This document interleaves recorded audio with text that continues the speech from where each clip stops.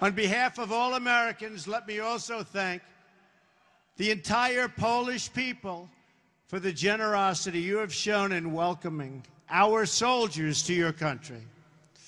These soldiers are not only brave defenders of freedom, but also symbols of America's commitment to your security and your place in a strong and democratic Europe.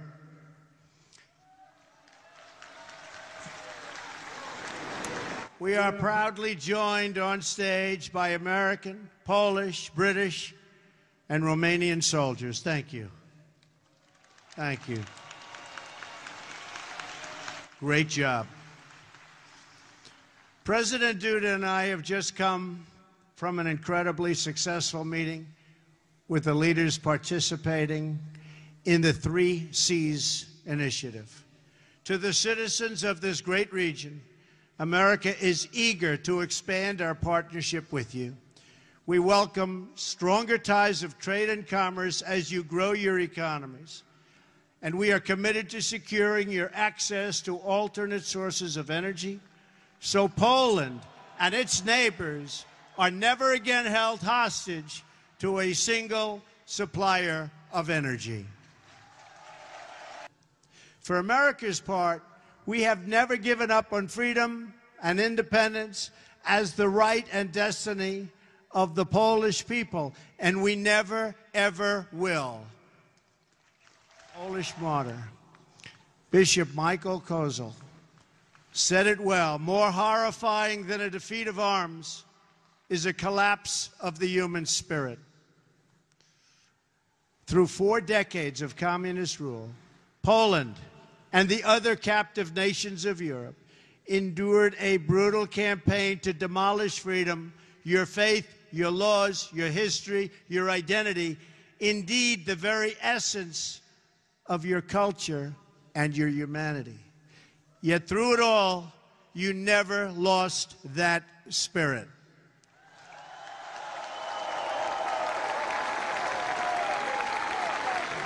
Your oppressors tried to break you, but Poland could not be broken. And when the day came on June 2nd, 1979, and 1 million Poles gathered around Victory Square for their very first Mass with their Polish Pope, that day every communist in Warsaw must have known that their oppressive system would soon come crashing down. They must have known it at the exact moment during Pope John Paul II's sermon, when 1 million Polish men, women, and children suddenly raised their voices in a single prayer.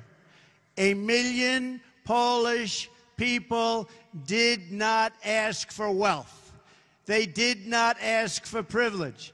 Instead, 1 million Poles sang 3 simple words: "We want God."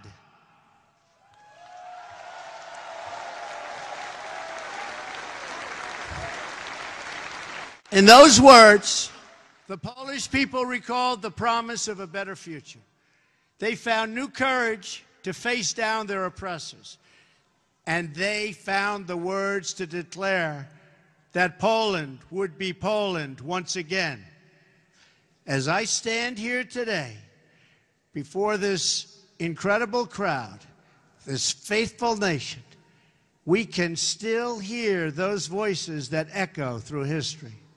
Their message is as true today as ever.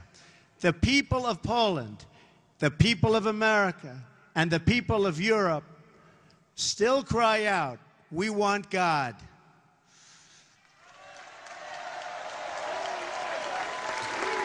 Together with Pope John Paul II, the Poles reasserted their identity as a nation devoted to God. And with that powerful declaration of who you are, you came to understand what to do and how to live.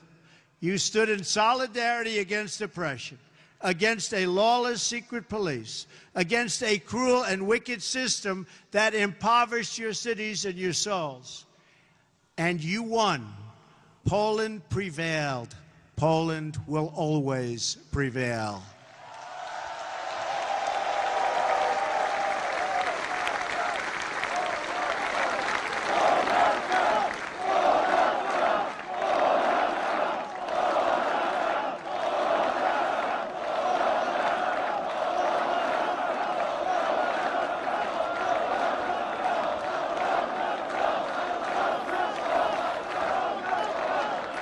Thank you. You were supported in that victory over communism by a strong alliance of free nations in the West that defied tyranny. Now among the most committed members of the NATO alliance, Poland has resumed its place as a leading nation of a Europe that is strong, whole, and free. A strong Poland is a blessing to the nations of Europe, and they know that. A strong Europe is a blessing to the West and to the world.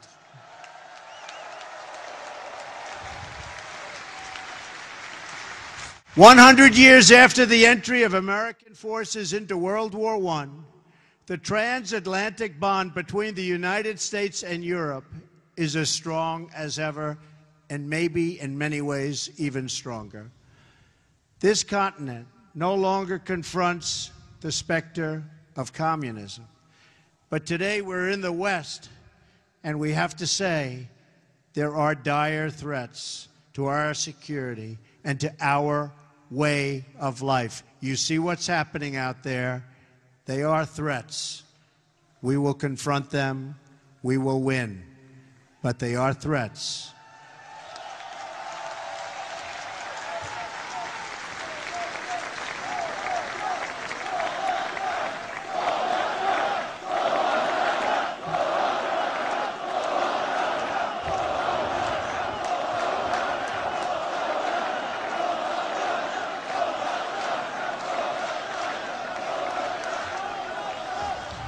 We are confronted by another oppressive ideology, one that seeks to export terrorism and extremism all around the globe. America and Europe have suffered one terror attack after another. We're going to get it to stop. During a historic gathering in Saudi Arabia, I called on the leaders of more than 50 Muslim nations to join together to drive out this menace which threatens all of humanity. We must stand united against these shared enemies to strip them of their territory and their funding and their networks and any form of ideological support that they may have. While we will always welcome new citizens who share our values and love our people, our borders will always be closed to terrorism and extremism of any kind.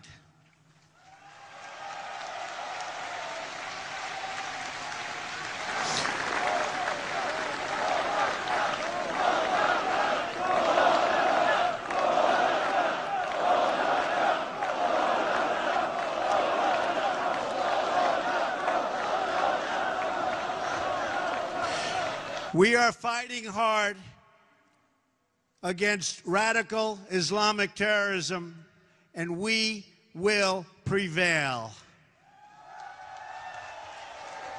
We cannot accept those who reject our values and who use hatred to justify violence against the innocent.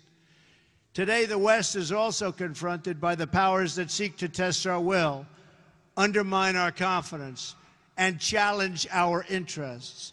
To meet new forms of aggression, including propaganda, financial crimes, and cyber warfare, we must adapt our alliance to compete effectively in new ways and on all new battlefields.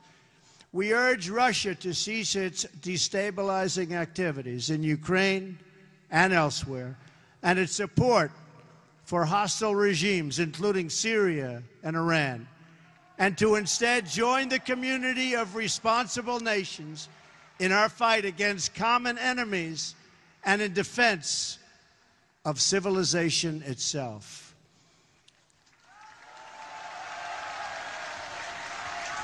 Finally, on both sides of the Atlantic, our citizens are confronted by yet another danger, one firmly within our control. This danger is invisible to some, but familiar to the Poles. The steady creep of government bureaucracy that drains the vitality and wealth of the people. The West became great, not because of paperwork and regulations, but because people were allowed to chase their dreams and pursue their destinies. Americans, Poles, and nations of Europe value individual freedom and sovereignty. We must work together to confront forces, whether they come from inside or out, from the South or the East, that threaten over time to undermine these values and to erase the bonds of culture, faith, and tradition that make us who we are.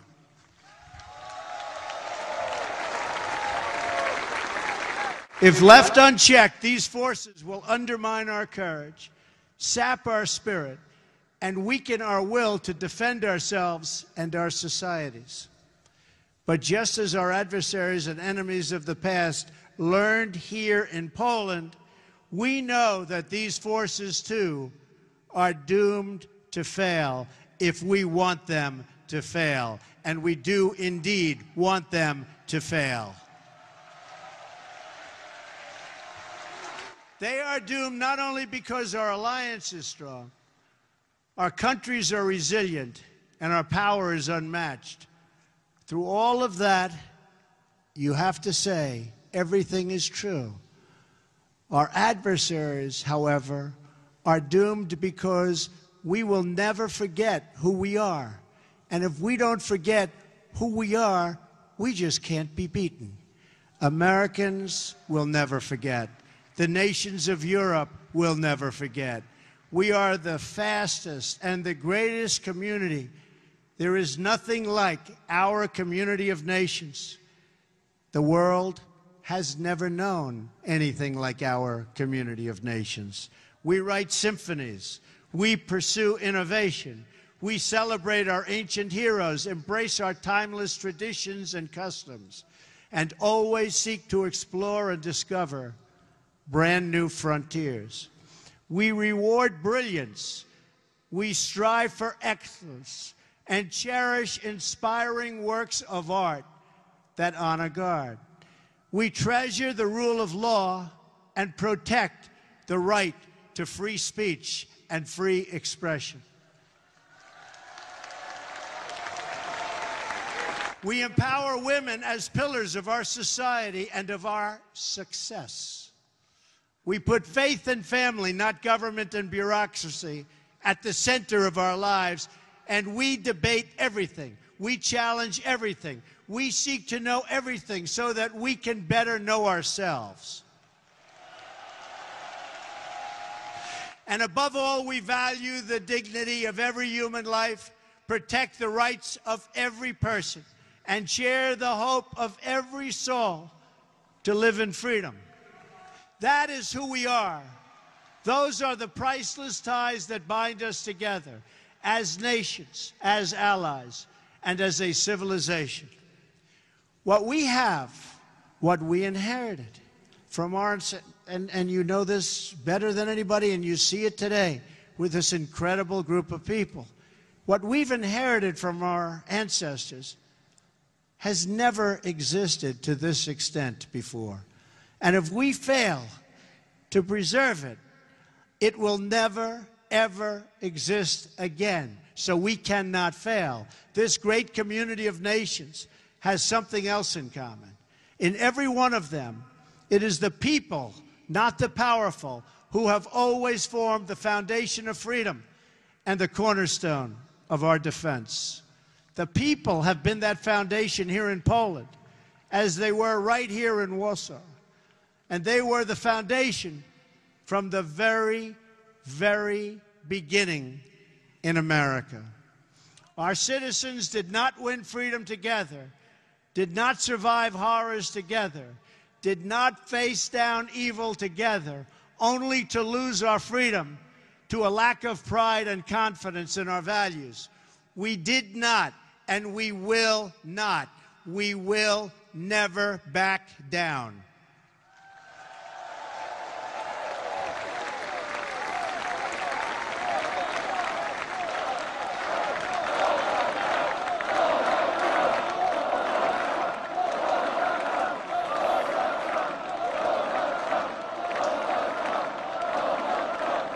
As long as we know our history, we will know how to build our future.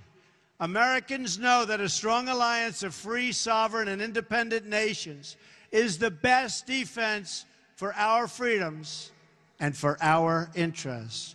That is why my administration has demanded that all members of NATO finally meet their full and fair financial obligation.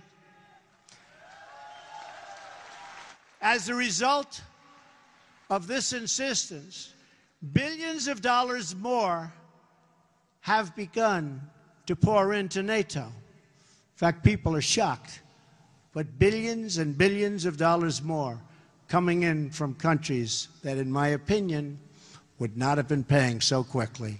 To those who would criticize our tough stance, I would point out that the United States has demonstrated, not merely with words, but with its actions, that we stand firmly behind Article 5, the mutual defense commitment. Words are easy, but actions are what matters. And for its own protection, and you know this, everybody knows this, everybody has to know this, Europe must do more. Europe must demonstrate that it believes in its future by investing its money to secure that future. That is why we applaud Poland for its decision to move forward this week on acquiring from the United States the battle-tested Patriot air and missile defense system, the best anywhere in the world. That is also why we salute the Polish people for being one of the NATO countries that has actually achieved the benchmark for investment in our common defense. Thank you, Poland. I must tell you, the example you set is truly magnificent, and we applaud Poland. Thank you. We have to remember that our defense is not just a commitment of money, it is a commitment of will. Because, as the Polish experience reminds us, the defense of the West ultimately rests not only on means, but also on the will of its people to prevail and be successful and get what you have to have. The fundamental question of our time is whether the West has the will to survive. Do we have the confidence in our values to defend them at any cost? Do we have enough respect for our citizens to protect our borders? Do we have the desire and the courage to preserve our civilization in the face of those who would subvert and destroy it? Was saved with the blood of patriots. That each generation must rise up and play their part in its defense.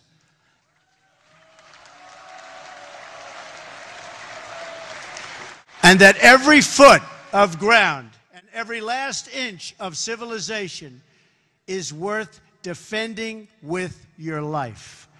Our own fight for the West does not begin on the battlefield. It begins with our minds, our wills, and our souls. Today, the ties that unite our civilization are no less vital and demand no less defense than that bare shred of land on which the hope of Poland once totally rested. Our freedom, our civilization, and our survival depend on these bonds of history, culture, and memory. And today as ever, Poland is in our heart, and its people are in that fight.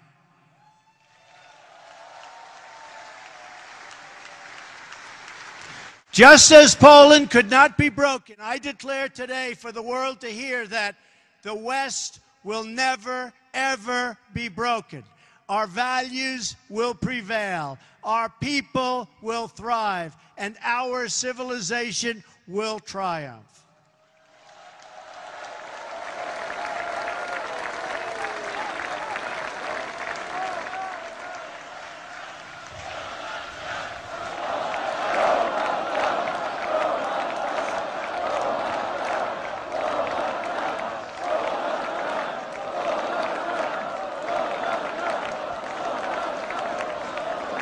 Thank you. So together, let us all fight like the Poles for family, for freedom, for country, and for God. Thank you. God bless you. God bless the Polish people. God bless our allies. And God bless the United States of America. Thank you. God bless you. Thank you very much.